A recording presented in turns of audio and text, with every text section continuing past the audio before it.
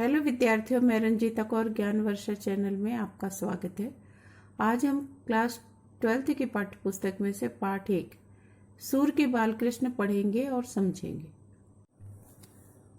सूर के बालकृष्ण कविता कवि सूरदास जी की महत्वपूर्ण रचना सूर सागर से ली गई है। इसमें कवि ने श्री कृष्ण के बाल रूप का वर्णन किया है। इनके विषय में कुछ महत्वपूर्ण बातों को जानते हैं। इनका जन्म दिल्ली के पास सिंही ग्राम में सन 1478 में माना जाता है। 1642 में आपका निधन हुआ। जनता के कहे अनुसार आप जन्म से ही नेत्रहीन थे। बहुत अधिक सुनने की क्षमता, अनुभव संपन्नता, बुद्धिमानता और भावुक व्यक्तित्व के धनी थे आप। सूर सागर, सूर सारावली, साहित्य लहरी आपकी महत्वपूर्ण रचनाएं रही। आपने श्री कृष्ण के बाल रूप का, उनके स्वभाव का, बाल क्रीड़ाएं, माखन चोरी और गोचारण आदि का बहुत ही सरलता के और सहजता के साथ सरस और मधुर वर्णन किया है।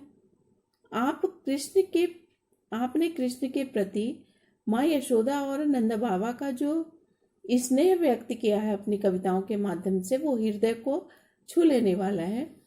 आपका वात्सल्य वर्णन पूरे विश्व साहित्य में अमूल्य निधि के रूप में जाना जाता है ना।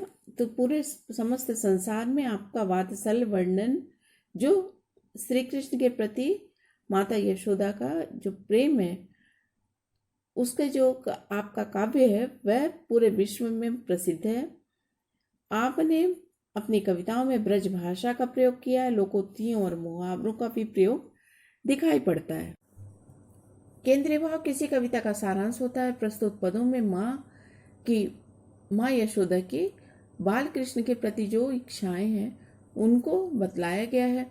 माँ यशोदा चाहती हैं कि कृष्ण कब घुटनों के बल चलेंगे, कब बड़े होंगे, कब तोतली भाषा में उनसे बातें करेंगे, कब वह उनसे किन्हीं बातों को लेकर हट ठानेंगे, जिद करेंगे, कब अपनी सुंदर सी हंसी बिखेरेंगे। और माँ की ये सारी इच्छाएं और शिशु माने बाल कृष्ण की हाव भाव और उनके प्रयास, ये सब वात्सल्य भाव से भरा हुआ है। कृष्ण दूसरे पद के अनुसार कृष्ण थोड़े बड़े हो चुके हैं। वे गाय चराने के लिए ग्वालों के साथ वन जाना चाहते हैं। अपनी इस शिक्षा को जैसे ही वो माँ से कहते हैं, माँ उन्हें प्रकृति की कठोरता और उनके तन की सुकुमारता बताते हुए उन्हें जाने से रोकती हैं। तीसरे पद में माँ यशोदा उद्धव के माध्यम से देवकी को यह संदेश भेजती हैं कि कृष्ण अब राजा हो चुके हैं, किंतु माँ हमेशा अपने बच्चे को एक शिशु के रूप में ही अनुभव करती है और उसकी चिंता करती है। इसलिए वह कहती है कि सुबह सुबह के भोजन में कृष्ण को माखन रोटी खाने की आदत है, कि उसका पसंद का भोजन है, इसलिए तुम उसे माखन रोटी ही देना। और वह बहुत मुश्किल से नहाने के लिए तैयार होता है, तो सारी इच्छाएं पूरी करते हुए उसे नहाने के लिए तैयार कर लेना, उसके प्रति स्नेह का भाव रखना। ये सारी पंक्तियां वात्सल्य भाव के कथनों को या उसके उदाहरणों को प्रकट करती हैं। अब पहले पद में हम क्या देखते हैं कि जिसके द्वारा कविता की रचना होती है, उस कवि का नाम सबसे पहले लाते हैं। तो कवि सूरदास जी के अनुसार, है ना, सबसे पहले लाएंगे। कवि सूरदास जी के अनुसार माँ यशोदा जसुमती मन अभिलाष करे। माँ यशोदा मन में अभिलाषा करती हैं बाल कृष्ण को देखकर कि कब मेरो लाल घुटनों बन रेंगे, कब मेरा बाल कृष्ण अपने घुटनों के बल रेंगेगा, कब धरनी पग द्वैक धरे, कब धरती पर द्वैक मन दो पैरों को के सहारे खड़ा होगा, कब वे घुटनों के बल रेंगेगा और कब अब धरती पर अपने दोनों पैरों के सहारे खड़ा होगा, कब दो दांत दूध के देखूं, कब तो त्रिमुख वचन झरे, कब मैं उसके दूध के दो दांत देख पाऊंगी, और कब वह अपनी तोतली भाषा में मुझसे बातें करेगा। वचन माने बातें करना, तो कब वह तोतली भाषा में मुझसे बातें करेगा, कब नंद ही बाबा कह बोले, कब नंद बाबा को बाबा बाबा कहकर पुकारेगा। कब जननी कहे मोहे ररे, कब मेरे लिए मामा की, ररे माने रट लगाएगा, जननी माँ, तो कब मेरे लिए मामा की रट लगाएगा। कब मेरो अचरा कह मोहन, कब मेरे आंचल को पकड़कर बाल कृष्ण जोई सोई कह मुंह से झगड़े, जिन तीन वस्तुओं की मांग को लेकर मुझसे झगड़ा करेगा, मोसाओ मुझसे झगड़ा करेगा। तो जब कब जिन तीन वस्तुओं की मांग को लेकर मुझसे झगड़ा करेगा, कब धो तनक तनक कुछ कहिए, अपने कर सो मुख भरे, कब अपने हाथ से अपने मुख में, कर माने हाथ से, अपने हाथ से अपने मुख में कुछ भर के तनिक तनिक माने थोड़ा थोड़ा सा कुछ खाएगा। कब हंस बात का हुक्म मुंह से, कब मुझसे हंस हंस कर बातें करेगा, जा छवि ते दुख दूर हरे, और उसके उस सुंदर हंसते हुए रूप को देखकर, मेरे छवि माने रूप, तो कब मुझसे हंसकर बातें करेगा और उसके हंसते रूप को देखकर मेरे सारे दुख हर जाएंगे, दूर हो जाएंगे, है ना। क्योंकि बच्चों को देखकर माताएं सब अपने जो दुख दर्द होती भूल जाती हैं हंसते हुए देखकर। तो कब वह हंसकर बातें करेगा तो मेरे सारे दुख उसके हंसते रूप को देखकर दूर हो जाएंगे। श्याम अकेले आंगन छाड़े, इन्हीं सब विचारों में खोई हुई माता यशोदा श्याम बाल कृष्ण को अकेले आंगन में छोड़कर आप गई कछु काज धरे, आप स्वयं कुछ कार्य के लिए घर के भीतर चली जाती है।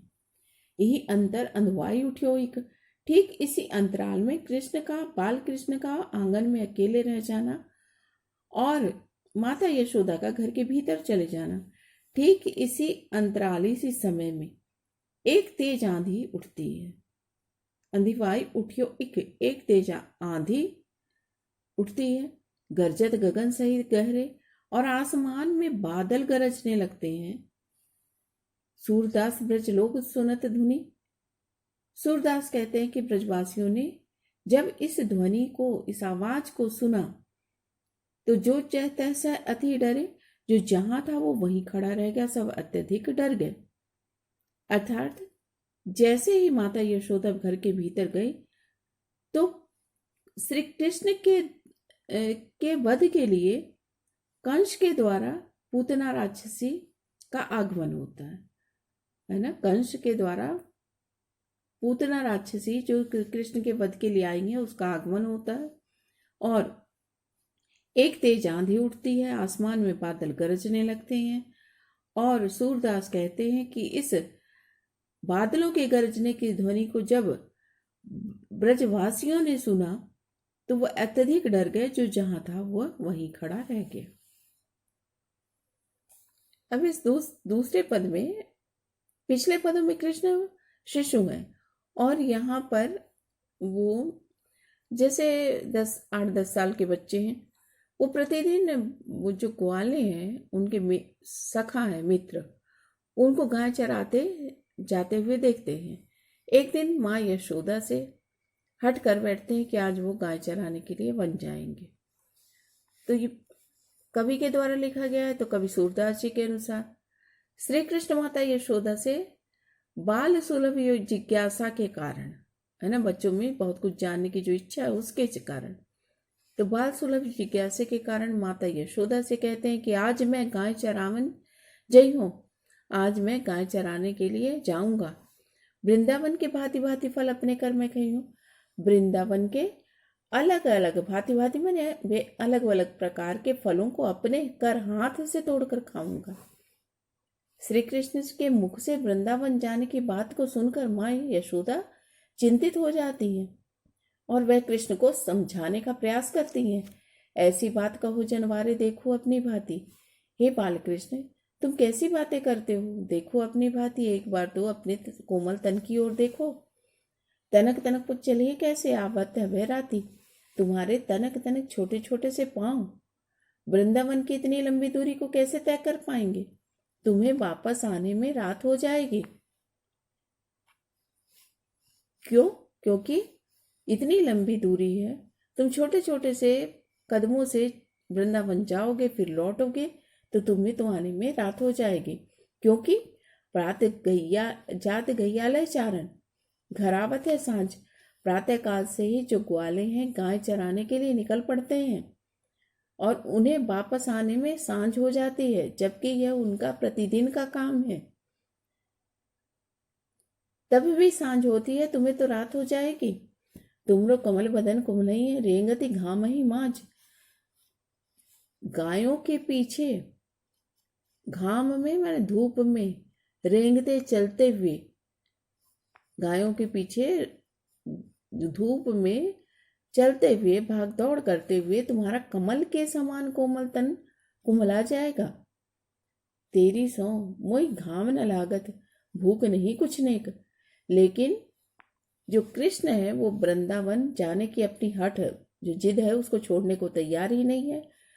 और माता यशोदा को मनाते हुए अपने पक्ष में तर्क देते हैं और कहते हैं कि तेरी सौगंध खाकर कहता हूँ माँ, तेरी सौगंध खाकर कहता हूँ, मोही मुझे घाम न लागत, मुझे धूप नहीं लगती, भूख नहीं कुछ नेक, भूख भी कुछ खास नहीं लगती। सूरदास प्रभु कहियो न मानत। सूरदास कहते हैं कि प्रभु वृंदावन जाने की अपनी हट को छोड़ने को तैयार ही नहीं है, पर यो अपनी टेक, अपनी ही जो हट है उस पर अड़े हुए हैं।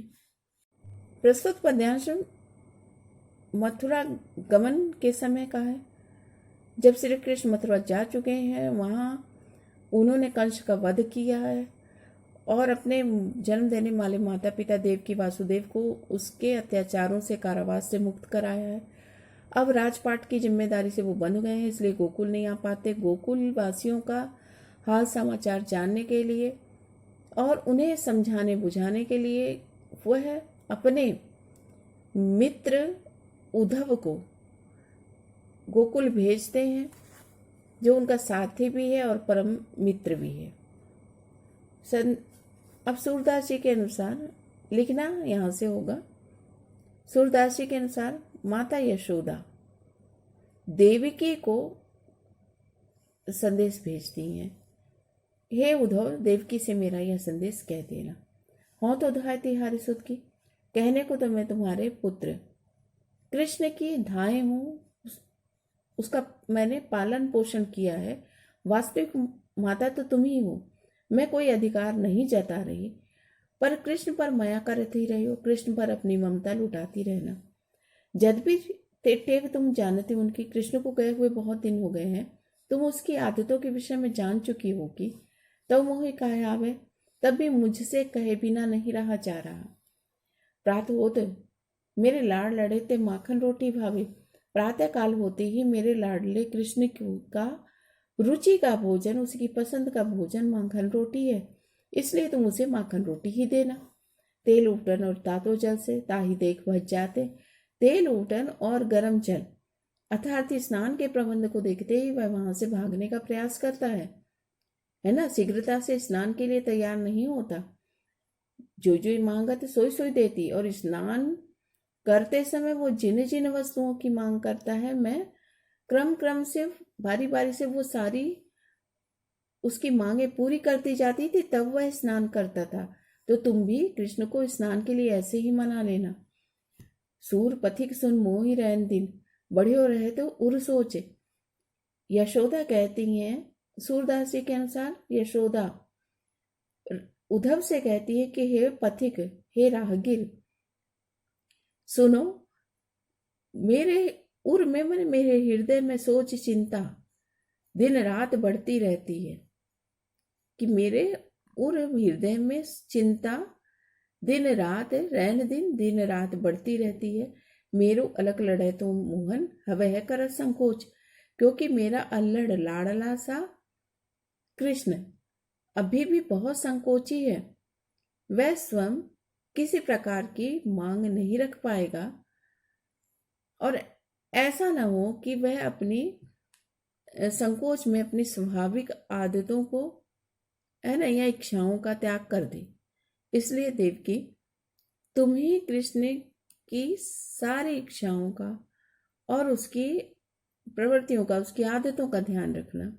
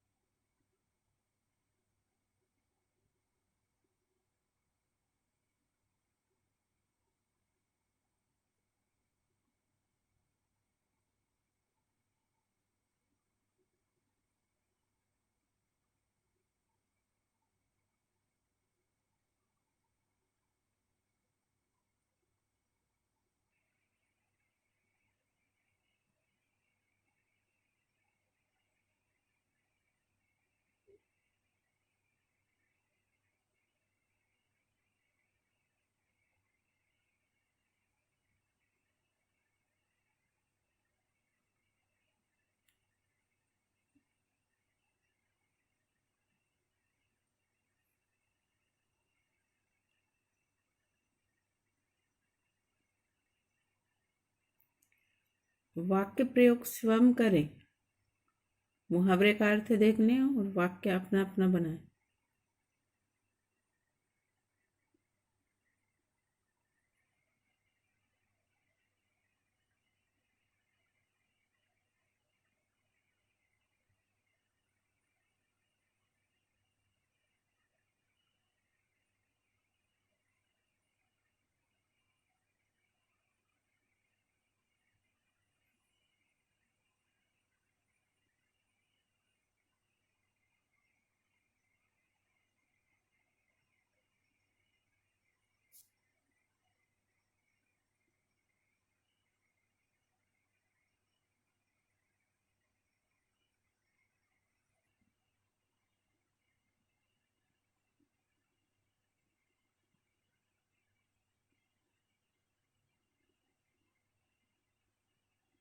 ये पद एक का अर्थ है।